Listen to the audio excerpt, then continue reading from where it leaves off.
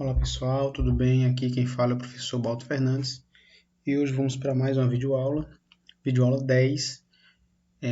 Vamos iniciar um bloco de aulas sobre ótica e o tema de hoje, princípios da ótica geométrica e reflexão da luz em espelhos planos.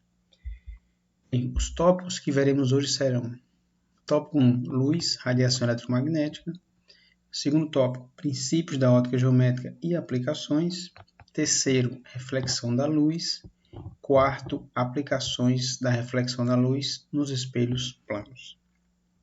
Pessoal, não temos como iniciar o estudo da ótica sem falar um pouco sobre a luz, essa radiação eletromagnética que, na sua origem, o estudo da luz não começou com a concepção que temos hoje. Os filósofos gregos já se preocupavam em responder a perguntas tais como: por que vemos um objeto? O que é a luz? Então esses questionamentos, eles não são de agora, e há muito tempo tentava se responder essas perguntas. Para Platão, os nossos olhos emitiam pequenas partículas, que ao chegarem aos objetos, tornavam-se visíveis. Então, a percepção filosófica de Platão é que os nossos olhos emitiam pequenas partículas, e quando atingiam os objetos, essas partículas tornavam-se visíveis. Já Aristóteles considerava a luz como um fluido imaterial que se propagava entre os olhos e o objeto visto. Então você não enxergava isso, era um fluido que saía dos seus olhos para o objeto. Essa era a concepção de Aristóteles. Bem, mas hoje, nós sabemos que a luz, pessoal, é uma onda eletromagnética.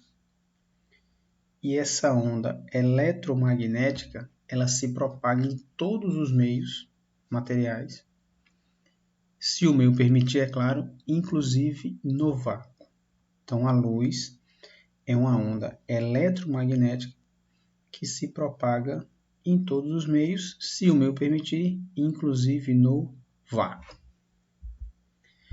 A velocidade que a luz se propaga é aproximadamente 3 vezes 10 à quinta quilômetros por segundo, ou um valor muito familiar, 3 vezes 10 à oitava metros por segundo. Esse é o valor da velocidade da luz no vácuo.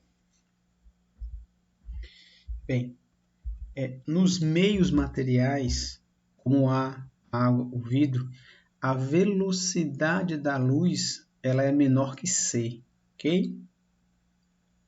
Veremos isso na refração da luz. A luz difere das demais radiações eletromagnéticas por sua frequência característica. Pessoal, a faixa de frequência da luz vai de 10 a 14 Hz, 8, 10 a 14 Hz, 4, 10 a 14 Hz, a 8 a 10 a 14 Hz, ou seja, da vermelha à violeta. Essa é a faixa que consegue sensibilizar a nossa retina, ok? Essa imagem aqui é o chamado espectro eletromagnético, Do espectro eletromagnético, que vai desde as ondas de rádio, pessoal, até as ondas raios gama, a parte que iremos estudar é a parte do visível, ok? Que nós já vimos a faixa de frequência compreendida. Então, a ótica ela vai estudar o espectro visível da porção do espectro eletromagnético, certo? De uma maneira mais assim direta, vamos ver aqui.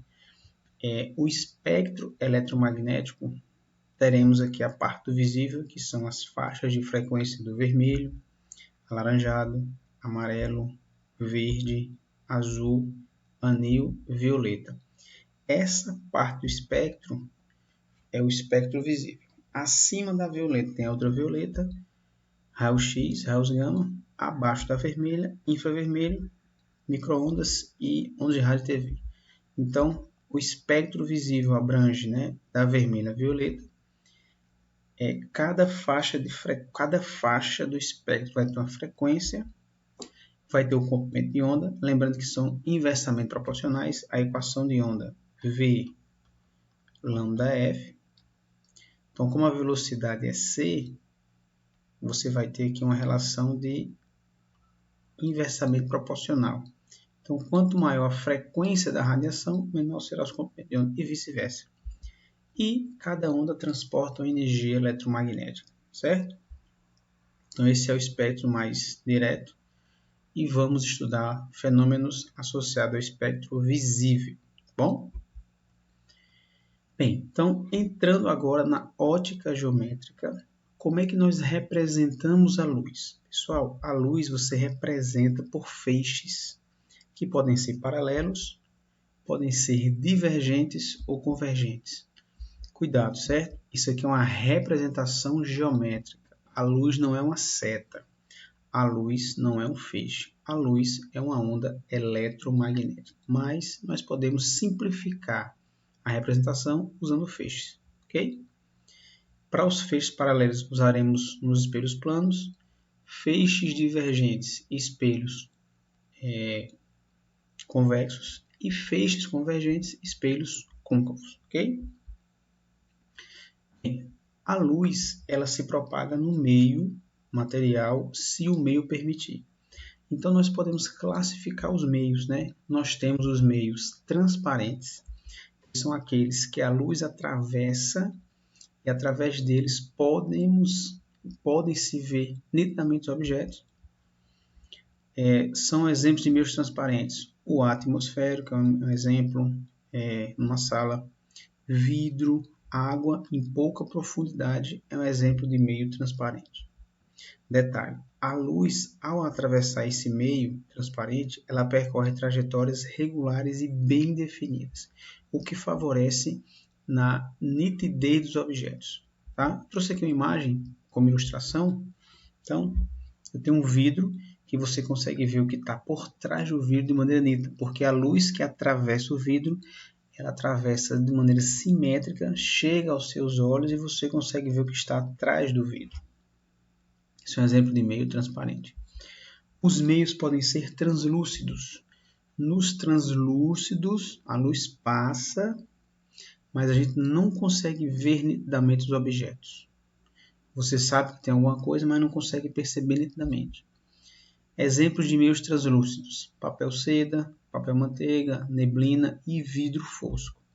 Nesses meios, a luz, ao atravessar, percorre trajetórias irregulares. É isso que configura uma percepção não nítida de objetos. Trouxe aqui uma imagem também de um vidro fosco, onde você não consegue perceber nitidamente o que está por trás dele. E os meios opacos. Nos meios opacos, a luz não se propaga. Então, é um meio que não permite a propagação da luz. Nesse caso, ela sofre reflexão. Tá bom?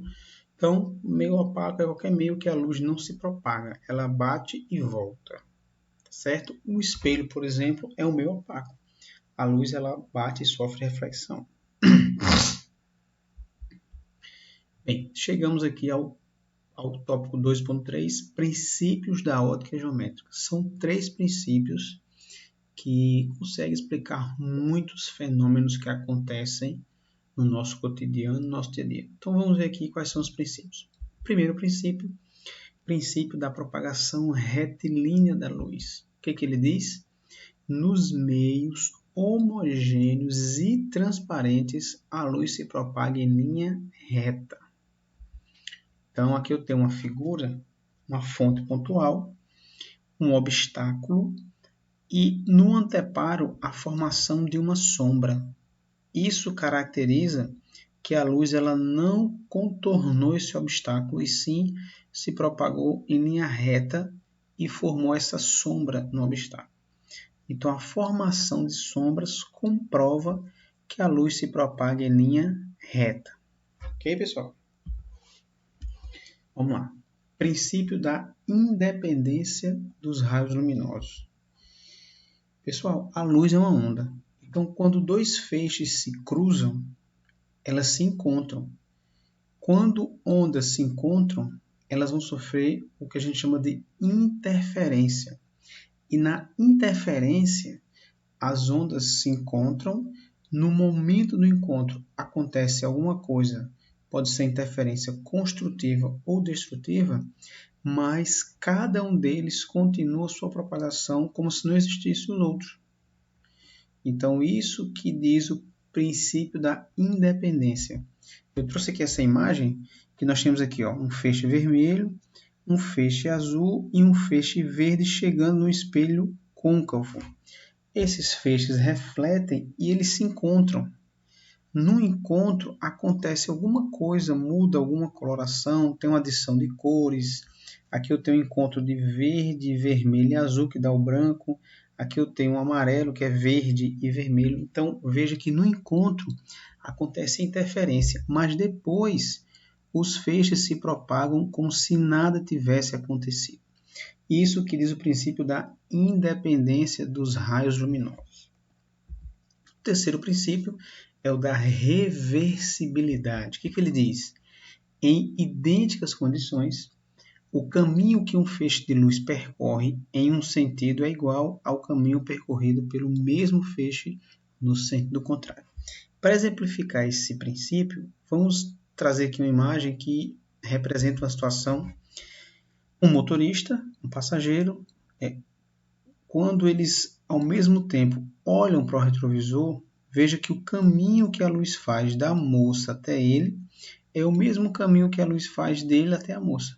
Isso que caracteriza a reversibilidade da luz. Em outras palavras, o caminho de ida é igual ao caminho de volta. Ok? Então, bem, pessoal, visto os princípios, vamos aqui ver algumas aplicações dos princípios. A primeira aplicação é o ângulo visual, alfa. Veja só, as dimensões aparentes de um corpo dependem do ângulo visual de que é visto. Por exemplo, vamos ver aqui umas situações. Quando você está distante de uma árvore e vai se aproximando dela, a impressão é que a árvore está crescendo, que está aumentando de tamanho. Mas, na verdade, ela não está aumentando. O tamanho dela é o mesmo. Agora, o ângulo de visão que vai aumentar. Tá certo? Aqui nessa figura, o ângulo visual foi traçado imaginando um raio saindo do topo até a pessoa e um raio saindo da base. Quanto mais distante você estiver, esse ângulo é menor. E quanto mais perto você estiver, o ângulo é maior. Ou seja, o ângulo visual vai depender da distância que você está do objeto. E é ele que varia. O nosso cérebro interpreta que, como esse ângulo varia, é como se a imagem variasse, mas a imagem não aumenta e nem diminui. Ela é do mesmo tamanho, ok? Pois bem, vamos lá. Outra imagem bem interessante. Ó. Aqui eu tenho 4 imagens que aparentemente são objetos diferentes. Mas na verdade é a mesma esfera, porém fotografada de distâncias diferentes, o que aparentemente parece ser de tamanhos diferentes, mas o tamanho é o mesmo. No caso de você observar um eclipse do Sol, onde a Lua oculta o Sol inteiramente, nesse momento a Lua parece ter o mesmo tamanho do Sol, mas na verdade os diâmetros são muito diferentes. Aqui você tem essa percepção de mesmo diâmetro pelas distâncias entre os dois. Ok? Outra situação que nós podemos usar para explicar é a formação de sombra e penumbra. A sombra corresponde a uma região com ausência de luz. E penumbra, pessoal, é uma região parcialmente iluminada. Então, essas duas regiões que a gente pode observar acontecem em função do princípio da propagação retilínea da luz. Observe aqui nessa figura uma fonte pontual, um obstáculo, e no anteparo uma região totalmente sem luz, aqui seria a sombra, mas se eu pegar uma fonte extensa, eu vou ter a região de sombra, que é essa região aqui, de sombra, e uma região parcialmente iluminada, que é a região de penumbra.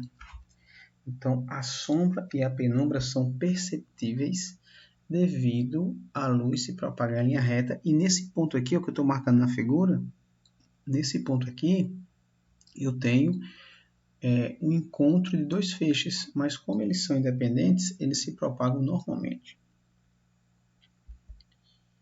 Bem, uma das aplicações mais interessantes, na minha opinião, é a formação dos eclipses. Então vamos entender aqui o que é o eclipse para vocês perceberem aonde se aplicam os princípios. Olha aqui essa imagem, nós temos o Sol, a Lua e a Terra. Não tem eclipse todo mês, toda semana, desculpa. Por quê? Porque é preciso que eles estejam alinhados para que você tenha a formação do eclipse. No caso aqui, é o eclipse do Sol. Quando acontece o eclipse do Sol? Quando você tem Sol, Lua e Terra, certo?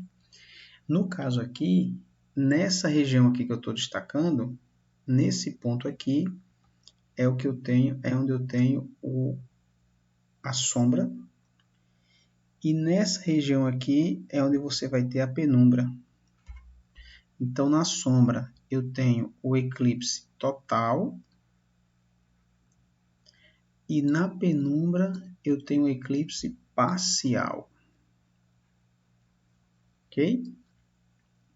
Interessante aqui, ó, a fase da Lua no eclipse do Sol é a Lua nova.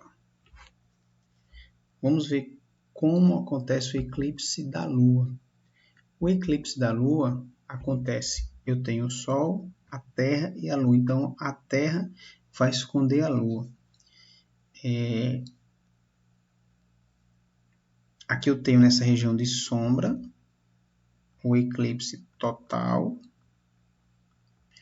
e na região de penumbra o eclipse parcial. E a fase da Lua no eclipse da Lua é a Lua cheia, ok? Então, veja que a luz se propaga em linha reta, quando chega na Terra, continua sua propagação, formando a região de sombra. Então, aplicando o princípio da propagação retilínea. Nesse ponto aqui, ó, nós temos o encontro de feixes, mas eles continuam normalmente. Mais uma vez, o eclipse comprova os princípios da ótica geométrica. Ok? Bem, mais uma aplicação são as câmaras escuras de orifício. O nosso olho é uma câmara escura de orifício, mas aqui na ilustração eu tenho uma caixa, ela vai ter um diâmetro, um orifício e um objeto na sua frente. Desse objeto saem vários feixes, um, por exemplo, da base e o outro do topo. Eles se encontram, mas continuam sua propagação, formando a imagem dentro da câmera. Uma coisa importante é que nós podemos relacionar as distâncias do objeto ao orifício e a distância da imagem ao orifício com os seus tamanhos. Uma relação bastante simples. A altura AB do objeto está para a altura A'B', haja vista esses ângulos aqui são iguais, assim como Azinho está para Bzinho. Então, com essa relação aqui, nós podemos calcular a distância do objeto ao orifício, podemos calcular a distância da imagem ao orifício e, principalmente, nós podemos calcular a altura da imagem e a altura do objeto. Ok? Pois bem, vamos lá. Chegamos no terceiro tópico, que é a reflexão da luz. Vamos ver aqui, pessoal, passo a passo para entender como você forma uma imagem no espelho plano. para chegar nesse ponto, vamos ver aqui, primeiro, quais são os elementos geométricos que nós temos que ter em mente ao estudar a reflexão da luz. Primeiro, o elemento que nós temos que ter em mente é o raio de incidência. Okay? Então, o raio de incidência, RI, é o raio de incidência. Esse feixe, ele chega no espelho, bate e volta. Então, aqui eu tenho o raio refletido. Pois bem, esse raio toca no espelho em um ponto, esse é o ponto de incidência. Essa reta N é uma reta imaginária que a gente traça, ela é perpendicular à superfície para você limitar o ângulo de incidência e o ângulo de reflexão, ok?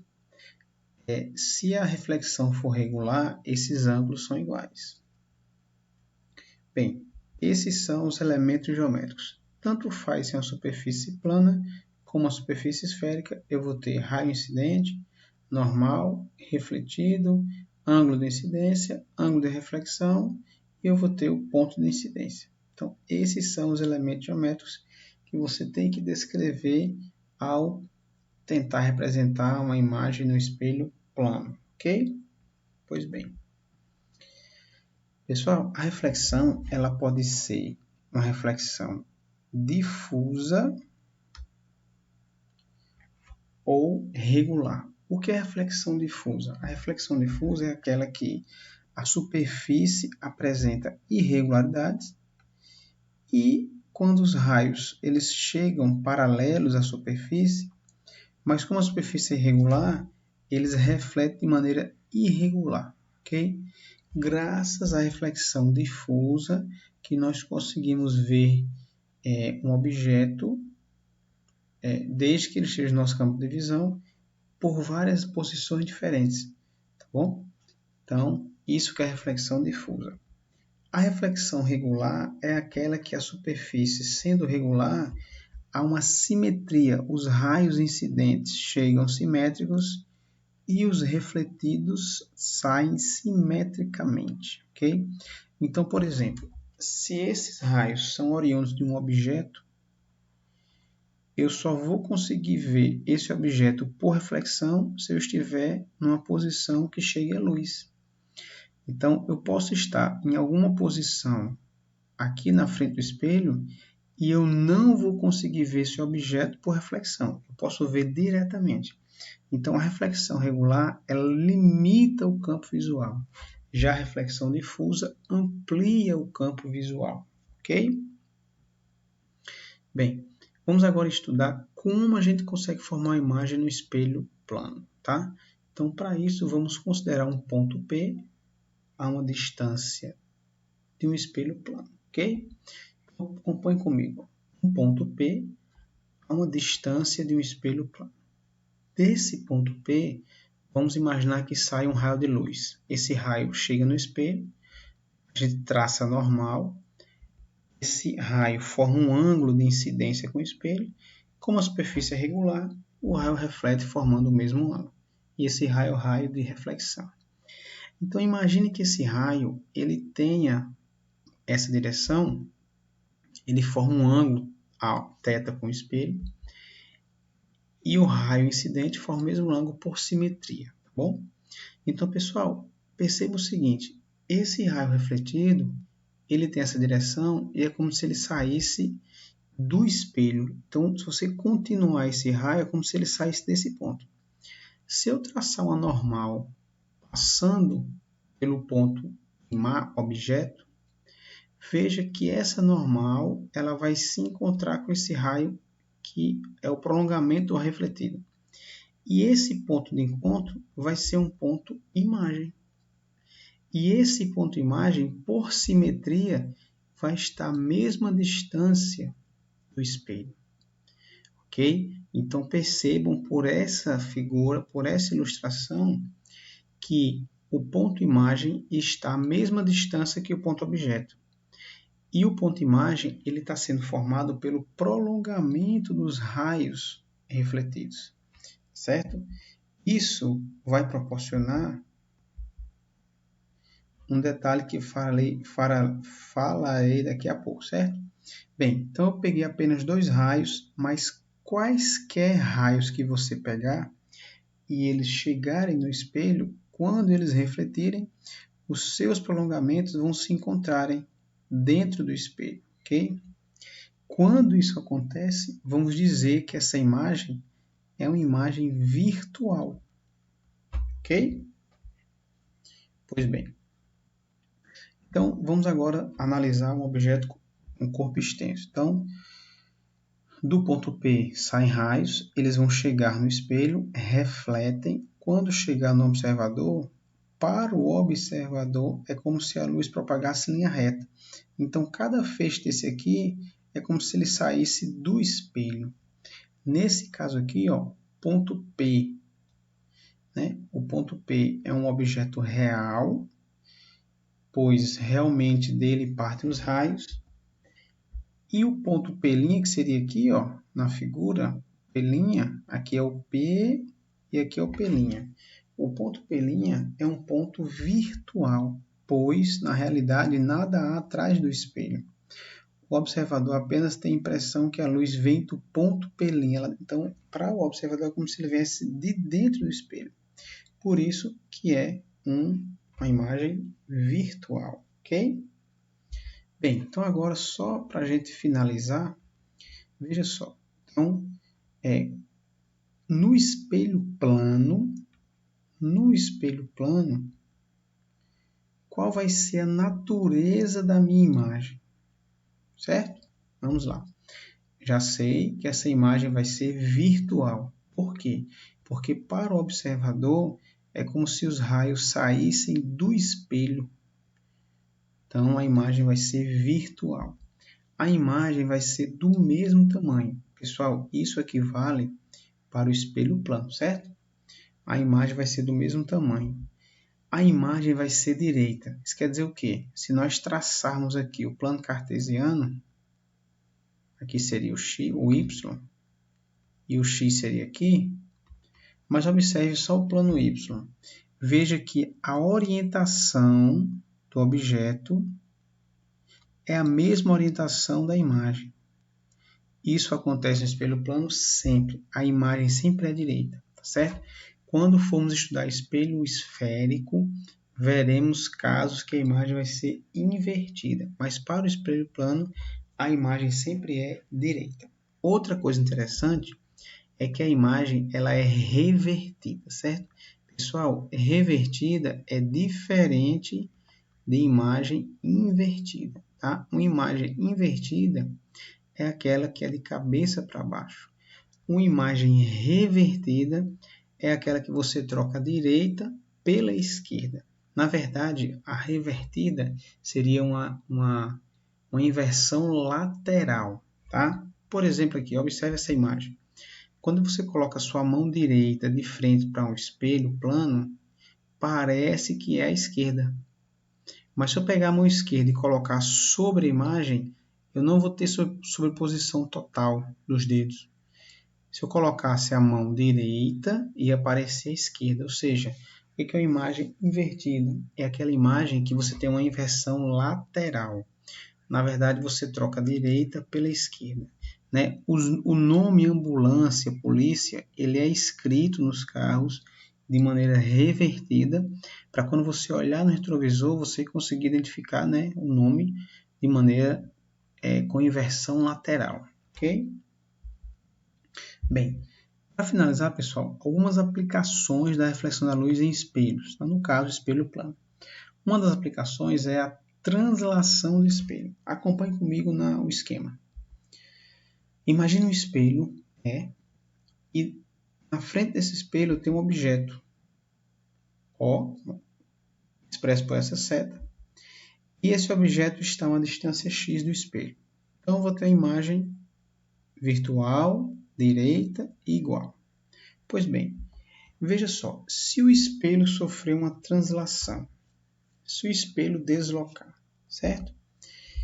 Se ele deslocar uma distância x, veja que a nova distância entre o objeto e o espelho vai ser 2x aqui, ó. nova distância 2x.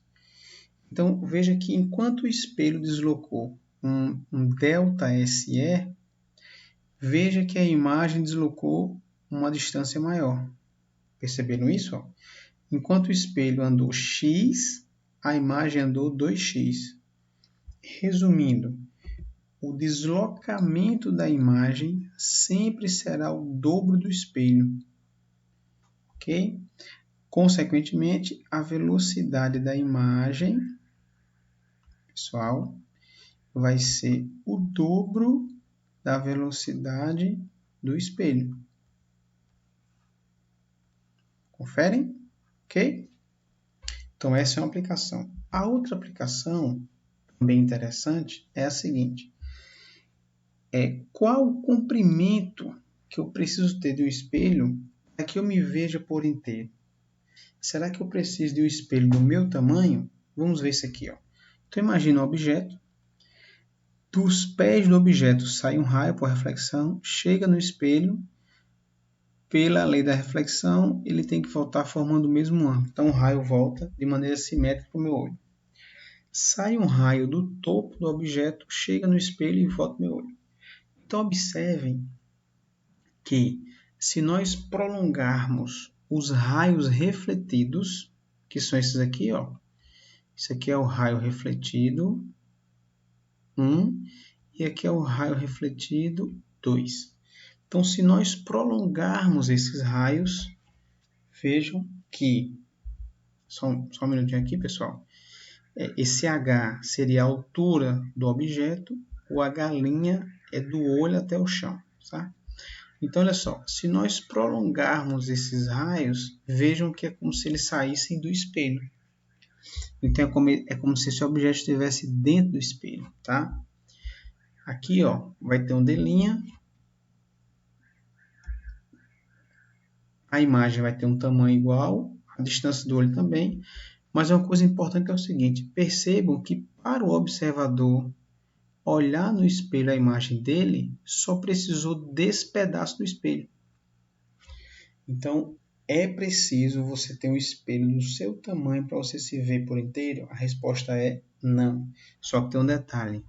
Observe na figura que o espelho não está no chão, ó. Ele está acima. Ele está a uma altura Y. Então, é possível você se ver por inteiro com um espelho que não tem o seu tamanho? É possível? Sim. Porém, ele não pode estar rente ao chão. Ok? Então, o E é o comprimento do espelho e o Y seria a altura da base do espelho até o solo. Tá? Bem, pessoal, diante disso, nós temos aqui algumas relações, certo? Veja só, vamos fazer aqui a primeira relação para descobrir qual deve ser o comprimento do espelho, certo? Qual deve ser o comprimento do espelho para você se ver por inteiro? Então, para isso, né, ó, fiz aqui uma simulação, mas vamos para o nosso quadro interativo. Vamos lá, eu fiz aqui uma separação, ó. Veja só, por semelhança, eu posso dizer que, podemos dizer, ó, que E está para H, assim como D está para 2D. E seria a base do espelho menor e o Hzão a base do espelho maior. Então, E está para H, 2D está para 2D. Então, vem aqui, ó, cancelo D. Então, o comprimento do meu espelho tem que ser metade da minha altura. Essa é a altura ideal para você se ver por inteiro sem usar um espelho completo, certo? Pois bem. E a segunda relação é a seguinte. Qual deve ser a altura da base inferior do espelho para você se ver por inteiro? Vamos para o nosso quadro mais uma vez. Ó. Nosso quadro, eu já separei aqui a figura. Veja só. Mesma coisa. Y está para H, assim como D está para 2D. Ó, o Y é a altura do triângulo menor e o H do triângulo maior. que nesse caso aqui é até o olho. Dzinho é a base do triângulo menor e 2D do triângulo maior, ok? Então, mais uma vez, ó, vem aqui, cancela o D. Então, o Y vai ser Hzinho sobre 2. Ou seja, para você se ver por inteiro, você consegue se ver por inteiro, mas o espelho não pode estar rente ao chão. Ok? Pois bem, então, pessoal, com isso, nós finalizamos mais uma videoaula. Espero que tenham gostado dessa parte inicial de ótica. Se você gostou, deixe o seu joinha, deixe um comentário e nos vemos na próxima aula. Um abraço e até logo.